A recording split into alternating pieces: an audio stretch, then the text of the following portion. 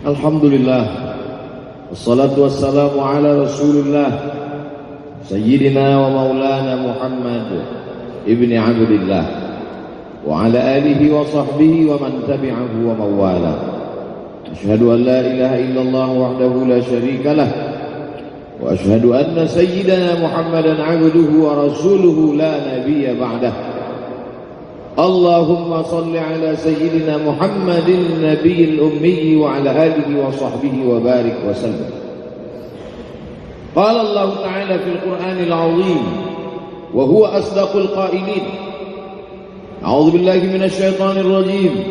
Ya ayyuhalladzina amanu taqullaha haqqa tuqatih wa la tamutunna illa wa antum muslimun. Wa qala ta'ala fi ayatin ukhra.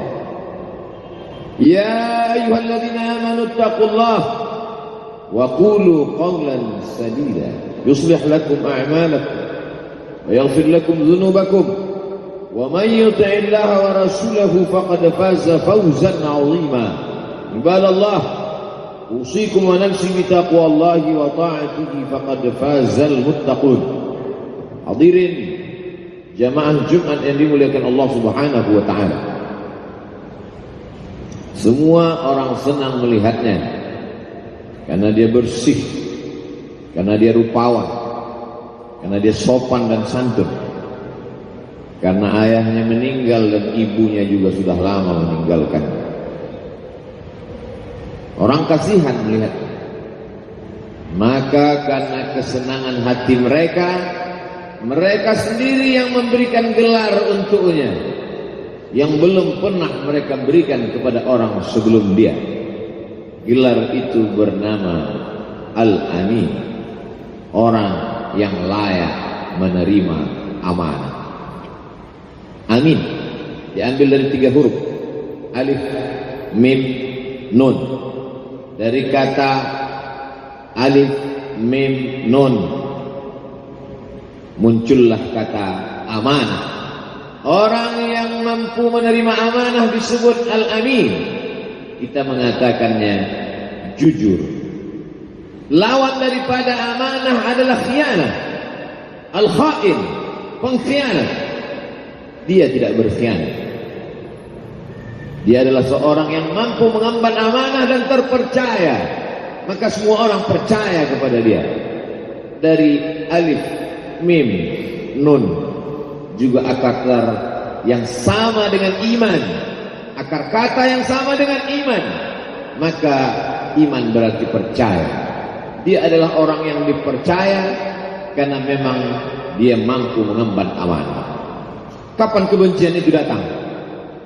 Kebencian itu datang ketika dia naik ke atas bukit Safa dan dia berkata kepada semua penduduk Makkah, seandainya aku katakan di balik bukit Jabal Abi Qubais yang besar, gagah, perkasa, tinggi, menjulang ini ada pasukan musuh yang akan menyerang kita,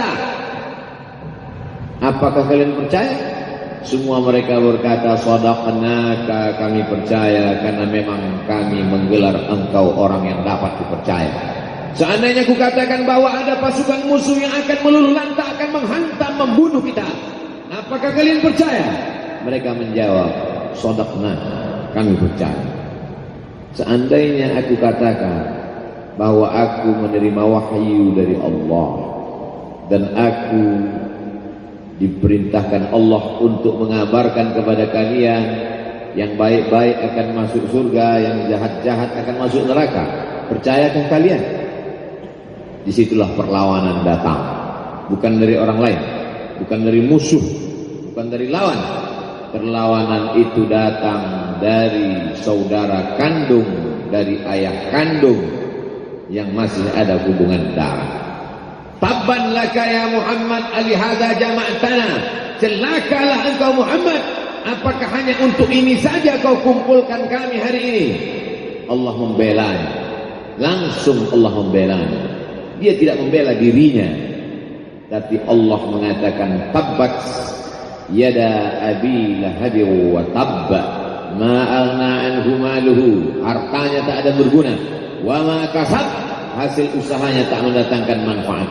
Wa imra'atuhu hammalatal hatab, istrinya menjadi pembawa kayu bakar, simbol dari adu domba, kata-kata yang membuat menyakitkan hati yang dibawa oleh Ummu Jamil istri Abu Lahab untuk menyiksa, menjelekkan, membuli, menebarkan berita untuk membunuh karakter Sayyidina wa Maulana Muhammad sallallahu alaihi wasallam. Ini bukti kalau hari ini ada anak muda yang rupawan, yang dermawan, yang disenangi lingkungannya, tidak ada orang yang tersinggung, biasa, karena Nabi Muhammad SAW juga pernah mengalami hal itu. Tapi begitu kau katakan, aku tadi malam bermimpi bahwa aku mesti hijrah, meninggalkan komunitas peminum khamar, meninggalkan geng kita yang selama ini bicara tentang yang haram, maka disitulah mereka akan berkata, apakah hanya untuk ini saja kita berteman selama ini? Mana persahabatan kita? Apa yang dialami pemuda-pemuda hijrah hari ini dialami oleh Rasulullah sallallahu alaihi wasallam 14 abad yang silam. Ketika kau berhasil bisnis, orang senang. Ketika kau berhasil membina rumah tangga, tidak ada orang yang tersakiti. Ketika anakmu lucu-lucu dan kau berada di tengah mereka, tidak terusik kepentingan mereka, tidak terganggu ekonomi mereka, engkau adalah sahabat, engkau adalah teman setia. Tetapi ketika kau tidak ikut kemauan manusia, disitulah engkau sedang melantik dirimu sendiri menjadi musuh. Maka Allah kuatkan hatimu. Wa in tuti aktsara man fil ardi, kalau kau ikut kebanyakan orang di atas muka bumi, yudilluka an sabilillah, mereka hanya akan menyesatkan engkau dari jalan Allah Subhanahu wa taala. Tapi api itu tidak pernah padam. Kalau dia padam, maka berakhirlah dakwah Islam. Dia terus bergelora, dia terus menyala, dia terus membakar kemunafikan, membakar kemusyrikan, sampai akhirnya embargo pun tiba. Jangan ada yang mau bergabung dengan kelompok Muhammad sallallahu alaihi wasallam. Jangan ada yang mau berkirim makanan, jangan ada yang mau berdagang, jangan ada yang mau menjalin transaksi. Mereka ingin membunuh secara perlahan-lahan. Jangan beli produknya, jangan duduk bersamanya, jangan berteman dengan dia. Kenapa kamu mau berfoto dengan dia? Kenapa kamu mau bergambar dengan dia? Kenapa kamu masih mau mendengar ceramah dia? Adakah orang yang mengalami hal itu hari ini? Adakah ketakutan-ketakutan dari hamba Allah yang mengatakan Allahu Akbar, Allah Maha Besar, tapi takut ditinggalkan kawan, cemas ditinggalkan sahabat? Maka itu pernah terjadi pada kelompok Sayyidina wa Maulana Muhammad sallallahu alaihi wasallam. Kalau pembunuhan karakter tidak berhasil, maka ada yang lebih dahsyat daripada itu. Mereka tawarkan dunia beserta isinya. Wallahi, demi Allah wahai paman, demi Allah wahai Abu Talib, law wada'u syamsa fi yamini wal qamara fi yasari, andai mereka letakkan matahari di tangan kananku, bulan di tangan kiriku, ala an atruka hadzal amr, supaya aku tinggalkan dakwah ini, aku tidak akan meninggalkannya. Bujuk rayu mulai tiba. Itu terjadi pada diri Nabi Muhammad sallallahu alaihi wasallam. Kalau kau tidak mempan dimusuhi, kalau kau tidak mempan dirangkul, kau akan dipukul. Kalau kau tidak mempan dipukul, kau akan dirangkul. Berbagai macam cara, dari mulai yang paling keras sampai yang paling lembut, dari mulai yang paling lembut sampai yang paling keras, sampai akhirnya tempat bergantung itu hilang, lenyap, musnah. Ada dua tempat bergantung, saudara kandung ayah Abu Talib. Mereka tidak mengusiknya karena dia keponakan Abu Talib. Abu Talib anak Abdul Muttalib, Abdul Muttalib anak Hashim, Hashim anak Abdi Manaf, Abdi Manaf anak Qusay, Qusaylah pendiri Darun Nadwah. Mereka keturunan darah mulia dari Adnan. Adnan menerima tetesan darah dari Ismail, Ismail anak kandung Ibrahim alaihissalam. Jangan ganggu dia, karena dia keponakan Abu Talib. masih ada backing. Tapi Allah ingin agar hati itu tidak bergantung kepada manusia. Dia buat Abu Talib meninggal dunia, masih ada lagi tempat bergantung. Dia yang dulu ketika kedinginan datang, dia yang menyelimuti. Yang dulu ketika ketakutan datang, dia yang menenangkan. Dia datang menemui Waraqah ibnu Naufal. Waraqah berkata, namus malaikat yang pernah datang kepada Ibrahim, yang pernah datang kepada Musa, yang pernah datang kepada Isa, sekarang dia datang kepada suamimu. Katakanlah, jangan takut, jangan cemas. Kalau nanti sampai masanya dia akan diusir dari kampung halamannya, aku orang pertama yang akan membelanya. Karena begitu yang kutemukan dalam kitab-kitab suci yang kubaca. Kata Waraqah bin Naufal. Hari itu juga tempat bergantung itu patah. Khadijah menghadap Allah Subhanahu wa ta'ala. Tak lagi ada makhluk tempat bergantung. Tak ada lagi ranting tempat berhinggap. Tak ada lagi batang kayu tempat berpegang. Allah ingin agar engkau berserah hanya kepada Dia saja. Tidak ada makhluk. Bersandar kepada makhluk akan kecewa. Bersandar pada kayu yang rindang akan tumbang. Bersandar kepada benda akan binasa. Bersandar kepada sahabat akan berubah menjadi musuh. Bersandarlah kepada Dia, Hayyun Maha Hidup, la yamut, Dia tak pernah mati. Bersandarlah kepada Dia, Al-Aziz yang Maha Perkasa, Al-Jabbar yang Maha Berkuasa. Itu yang diinginkan Allah dari sosok Sayyidina wa Maulana Muhammad sallallahu alaihi wasallam. Dia pergi, sengaja dia pergi berjalan kaki, karena kalau dia pergi menunggang unta, mereka sudah mengintai. Dia pasti lari, dia akan pergi ke tempat yang jauh. Sengaja dia pergi berjalan kaki. Lalu kemudian dia pun sampai ke suatu tempat. Dia berharap mereka adalah orang-orang yang lembut akan yang menerimanya. Tapi dia tidak diterima dengan tala'al badru alaina. Dia tidak diterima sebagai ahlan wa sahlan. Ahlan, keluarga, kau datang kami sambut sebagai keluarga. Sahlan, mudah, kau datang urusanmu mudah. Ahlan wa sahlan. Tapi dia tidak dianggap sebagai keluarga. Dia tidak dianggap sebagai sahlan. Dia dianggap sebagai musuh. Dia dilempar dengan batu, dia dilempar dengan kayu, dia dilempar dengan tulang onta. Apa yang dia lakukan? Dia bersembunyi di balik bukit. Dia angkat kedua tangannya. Ilaika ashku dha'fak. Kepada engkau saja aku mengadukan kelemahanku. Wa qillatah hilati, ketidakberdayaanku. Wa hawani bainan nas, aku hina di tengah mereka. Kalau dulu aku ada tempat bergantung, ada tempat bersandar, ada tempat mengadu, hari ini hanya engkau saja. Datanglah malaikat pencipta, malaikat penjaga segala bukit di atas dunia. Kau tunjuk mana bukit yang paling besar ya Muhammad. Akan kutimpakan kepada mereka. Hati yang luka biasanya akan marah, akan kecewa, tapi tidak terjadi pada Nabi Muhammad sallallahu alaihi wasallam. Apa yang dia katakan? Asallahu an yukhrij min aslabihim man ya'budullaha wa la yusyrika bihi syai'a. Ya Allah, keluarkan dari tulang sulbi mereka, keluarkan anak cucu mereka yang akan menyembah engkau. Tidak ada satupun yang akan mempersekutukan engkau di atas muka bumi ini. Doanya dikabulkan, hatinya susah, pikirannya kacau, tapi lidahnya tidak berkata-kata kasar. Dia doakan agar anak cucu mereka menyembah Allah.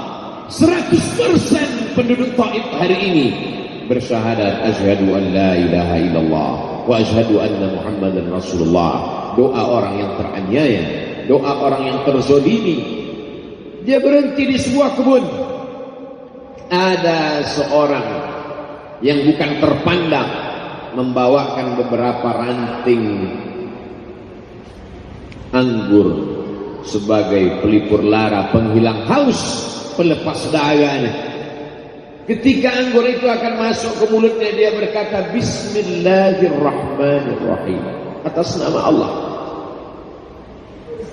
Maka hamba sahaya miskin, susah, melarat, perantau yang tak punya apa-apa itu heran. Apa yang kau ucapkan? Bismillah. Kau sebut nama Allah ya. Tidak ada satupun orang di kampung ini kalau makan menyebut nama Allah. Siapa engkau? Aku Nabi yang diutus Allah Subhanahu wa ta'ala. Berarti engkau sama dengan orang yang dulu pernah berada di kampungku. Engkau dari mana? Aku dari Ninawi. Ninawi, ya.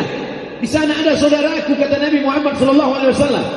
Di sana ada saudaraku, namanya Yunus bin Matta. Yunus bin Matta adalah saudaraku. Sama-sama hamba yang diutus Allah Subhanahu wa ta'ala. Dia juga diingkari oleh kaumnya. Dia masuk ke dalam lautan, ditelan seekor ikan dalam 3 kegelapan. Gelapnya tengah malam, gelapnya lautan, gelapnya perut ikan. Dia berserah kepada Allah. La ilaha illa anta subhanaka inni kuntu minal zalimin. Begitu cara Allah mengingatkan Nabi Muhammad SAW. Apa yang kau rasakan hari ini belum ada apa-apanya dengan apa yang pernah dirasakan oleh Yunus bin Matta. Mendengar itu langsung saja Addas bersimpuh sujud mencium lutut Nabi Muhammad sallallahu alaihi wasallam. Dia tidak mulia, dia hamba sahaya, dia miskin, dia perantau, tapi dia sempat mencium tangan Nabi Muhammad sallallahu alaihi wasallam.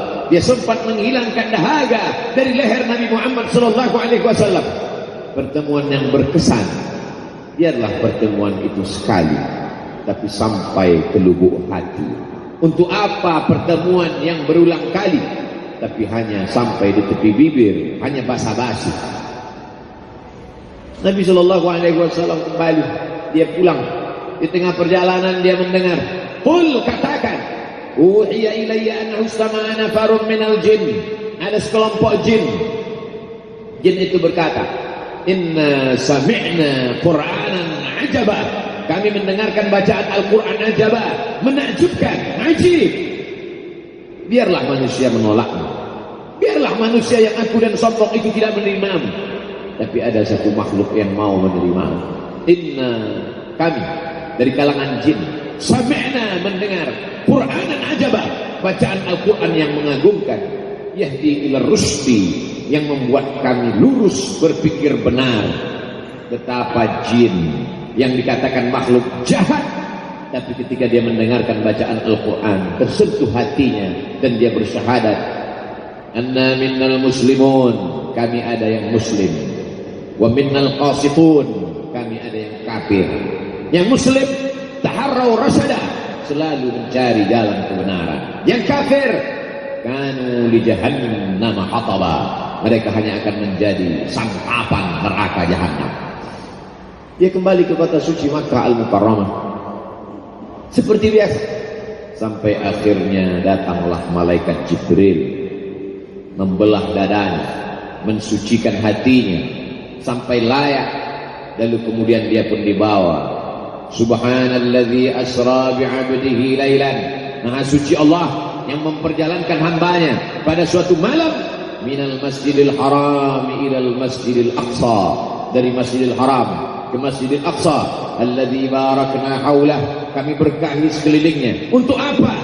Linuriyahu min ayatina, kami ingin memperlihatkan kepadanya tanda-tanda kebesaran kami.